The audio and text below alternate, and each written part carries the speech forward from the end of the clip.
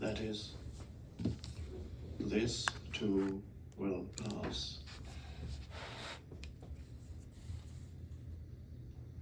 Fleeting. That's the nature of phenomenal reality. Everything is fleeting.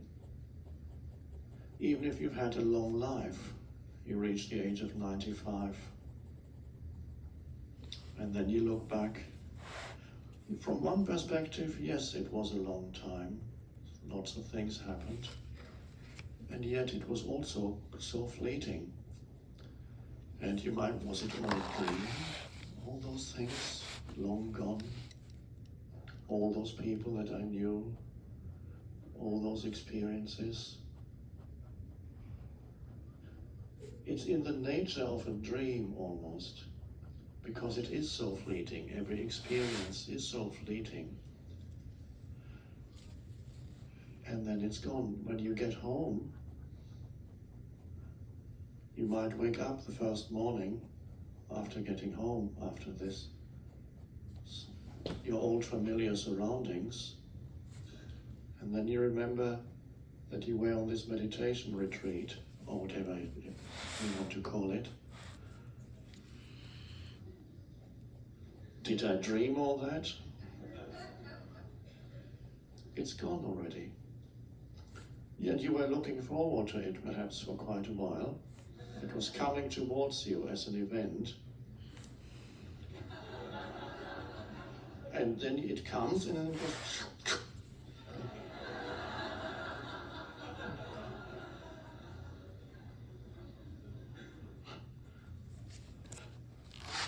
And all events are like that.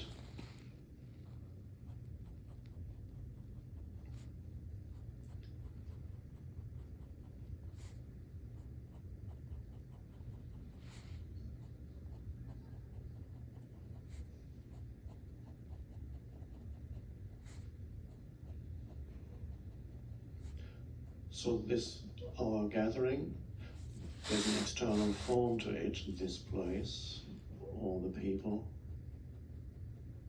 the words that are spoken.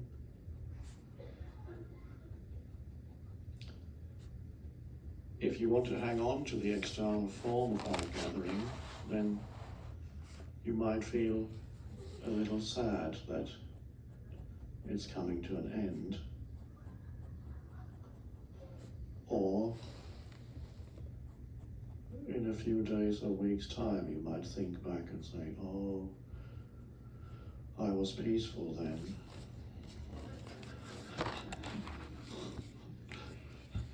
That was so nice and now it's gone.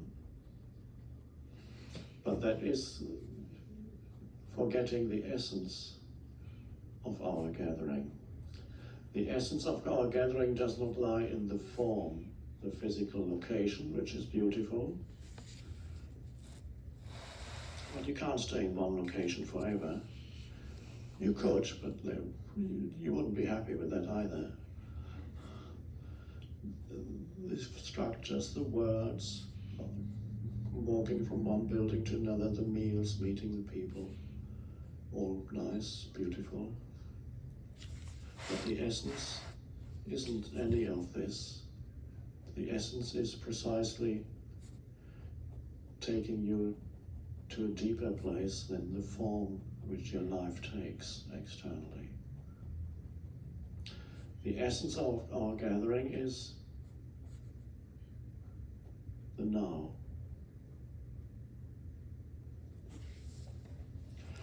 And in 20 years' time, you could pick up a photo that was taken here of you may have yourself and some other people. Oh, wasn't that wonderful? And then somebody asked, what was that all about? Well, that it was all about the now.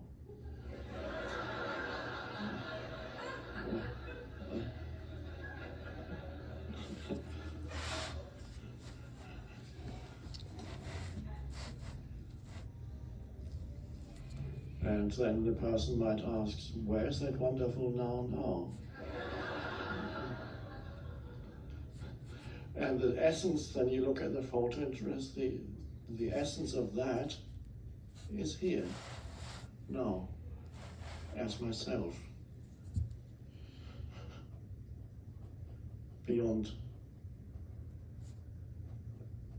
a mind-based, story-based sense of me, because in 20 years' time things will have been added to the story of me. It will have grown, a longer story of me, but even that won't be fulfilled yet, fulfilling. There'll still be many things in it that shouldn't have happened, and no, it's not complete yet, I need more things. On the level of story, there's always a sense of incompleteness. But we are here not to complete the story of your life, that'll carry on, but realize who you are beyond the story, which are the external circumstances, things that happen to you,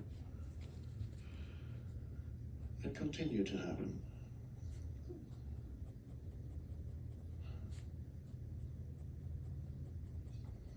So we've stepped out of the story.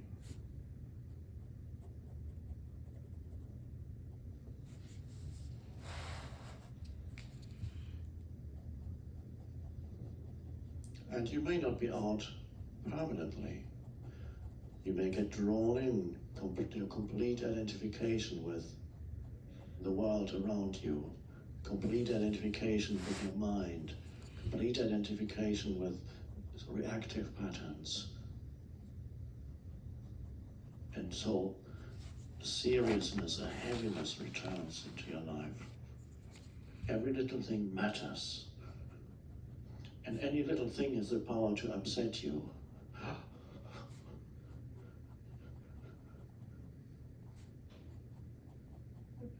And then suddenly you remember, oh,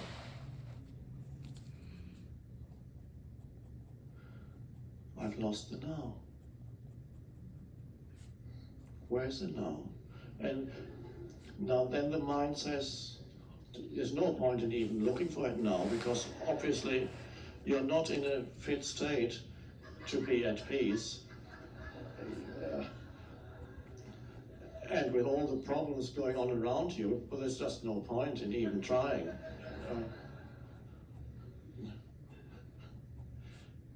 Often you will hear thoughts like that your mind is telling you, not now, later. I haven't got the time to be present now.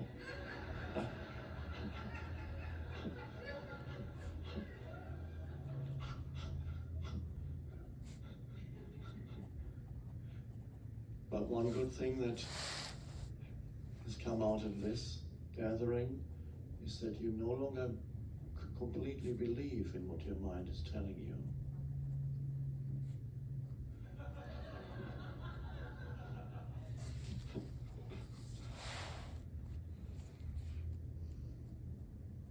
And you can watch that.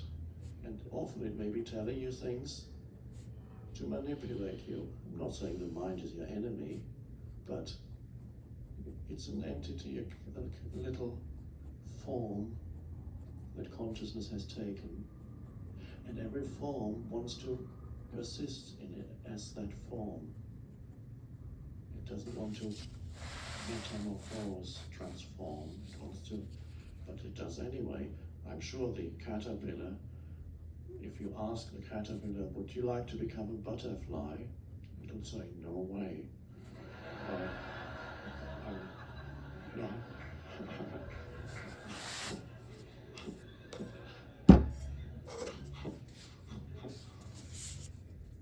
I'm fine as I am.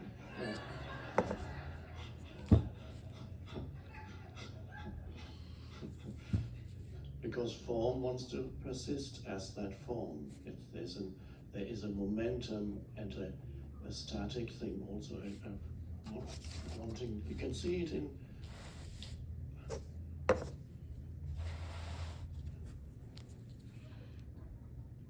at night. You might get tired, but you're not going to bed because the momentum of the mind wants to carry on. it wants, and you know you're tired and you would be better off in bed, but you're still doing, because that form has its momentum, it wants to remain, and the opposite happens in the morning. You need to get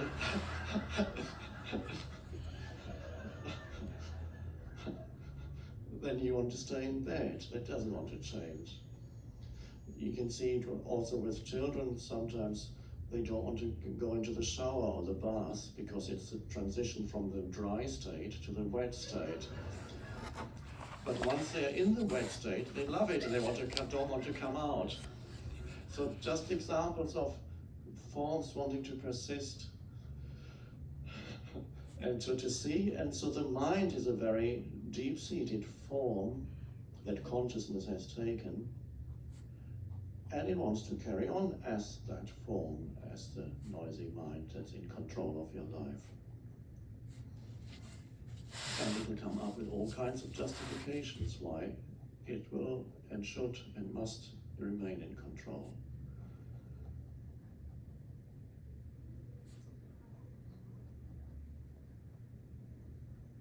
So you may remember we started on the first day by saying, don't take your mind too seriously while you're here.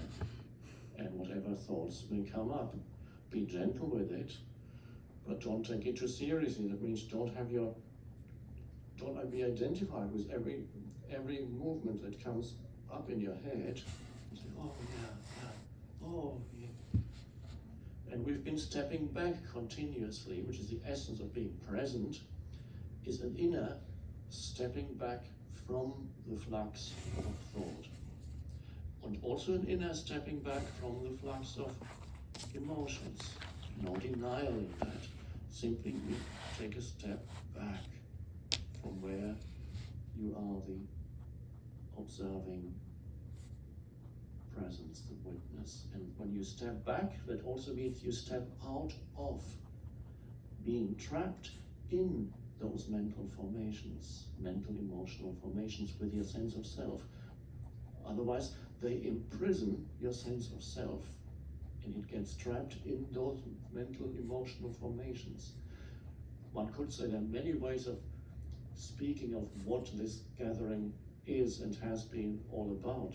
One way is to say we are here to step out of identification, of seeking a self, of continuing in the illusion that there is a self, a sense of me, a true identity in the continuous flux of the conditioned mental emotional structures, which are form movements, energy movements of form. Nothing wrong with them, but it's not who you are. But most people live completely identified in that movement. And so liberation means liberation from that, from being trapped with your sense of self in that. And so it's the stepping back and the stepping out, so to speak. And the moment you step back from thought and emotional flux, you become present. The portal into that state that steps back is the present moment. And then you are present with, you can watch the flux. Don't believe in it completely anymore. Especially when it tells you something about yourself or other people, or even situations in your life. Whatever it says may have a relative truth in it, but it's relative. It's a viewpoint, it's a perspective, it's a position. It's never the totality. There's no wisdom in there.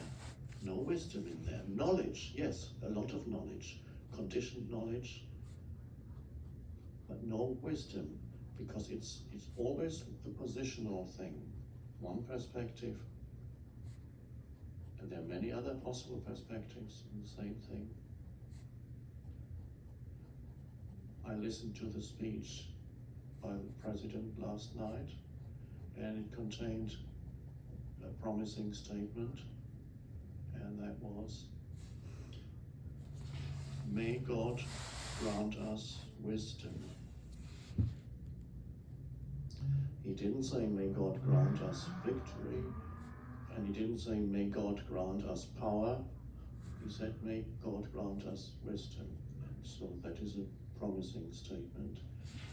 But wisdom in our civilization, not just this country, the entire civilization on the planet, is rare.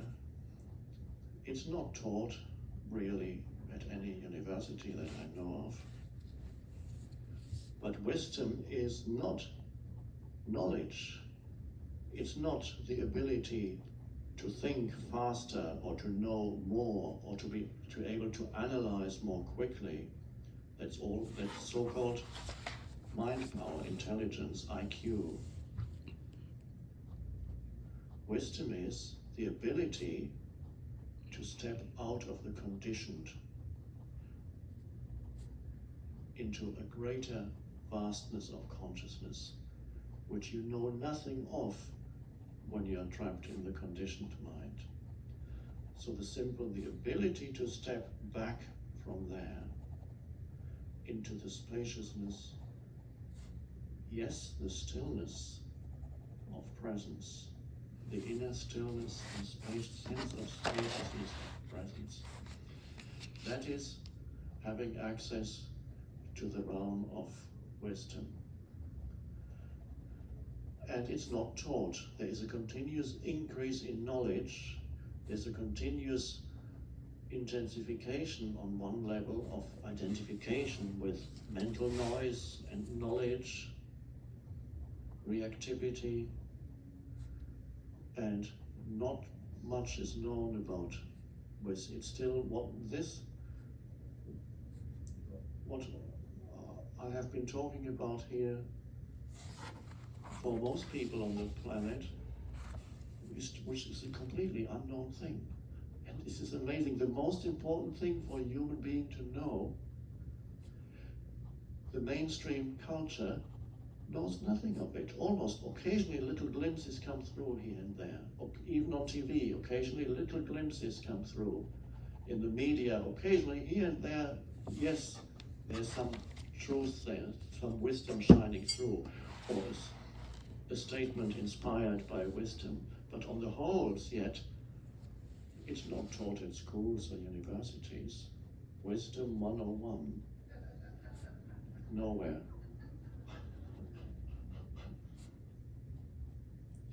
And what would an exam look like on wisdom?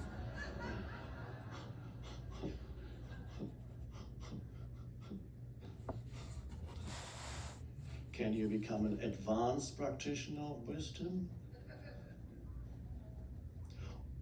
Or would you be better at wisdom if you were a complete beginner at it?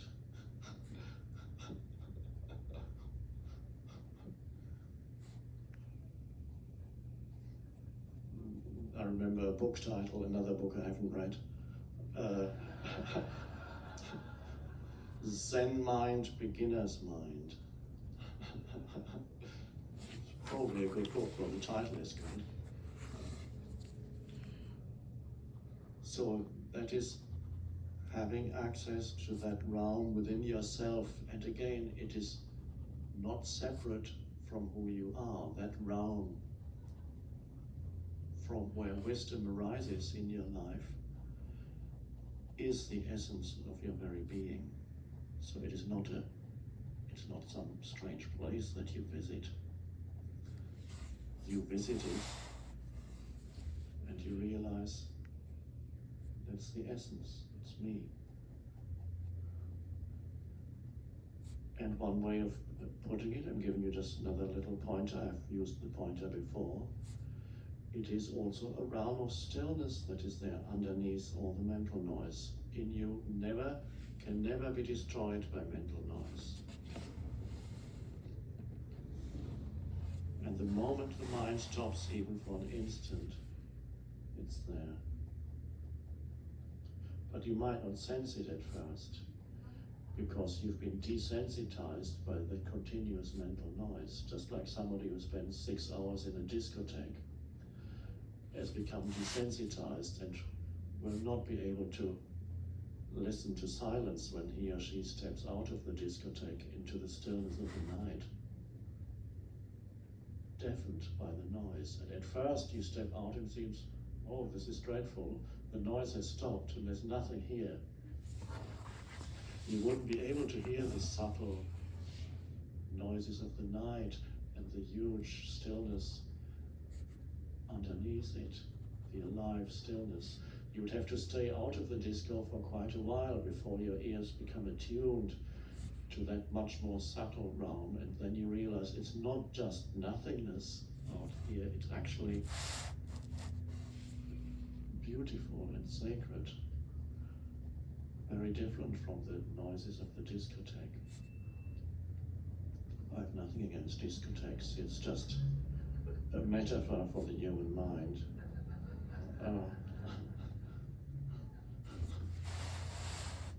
So at first, and there, in most of you already, even before knowing this,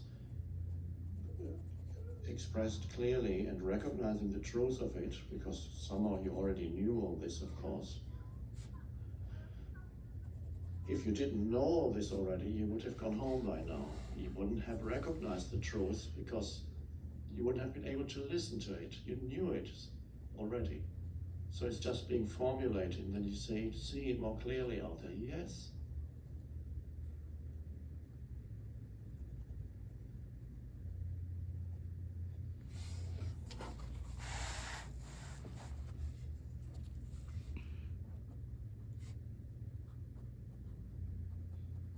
And so that's it.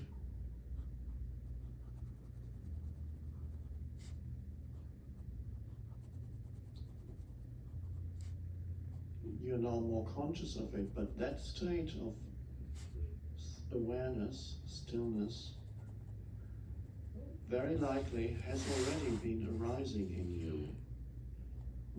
Perhaps even without you knowing it, because the mind doesn't really recognize it. To the mind, there's nothing going on here. I mean, what is all this?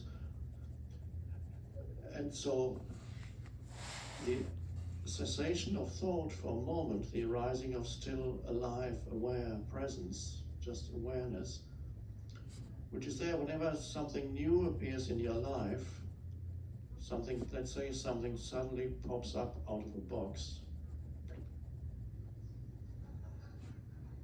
And there's a moment of looking before the mind finds a label for it. Anything new that suddenly comes in, or a person suddenly pops up, and that moment is a moment of awareness. After a second or so, maybe two, unless that thing is so unfamiliar that the mind cannot immediately label it, in which case the mind would stop for longer. If suddenly an extraterrestrial appeared in front of you, the mind would stop for longer because it wouldn't perhaps immediately find a label for it. And so there would be a prolonged awareness.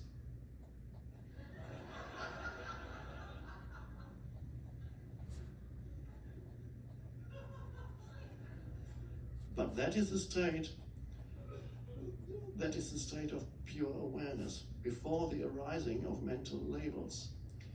It can also be there after the arising of mental labels. You no longer are identified with the mental labels, and then they subside because you're not empowering or energizing the mental labels through your identification with them as me, my belief, my position, my judgment, me. And that gives it enormous power, that identification. Without that identification, it's simply a movement. It may arise and subside.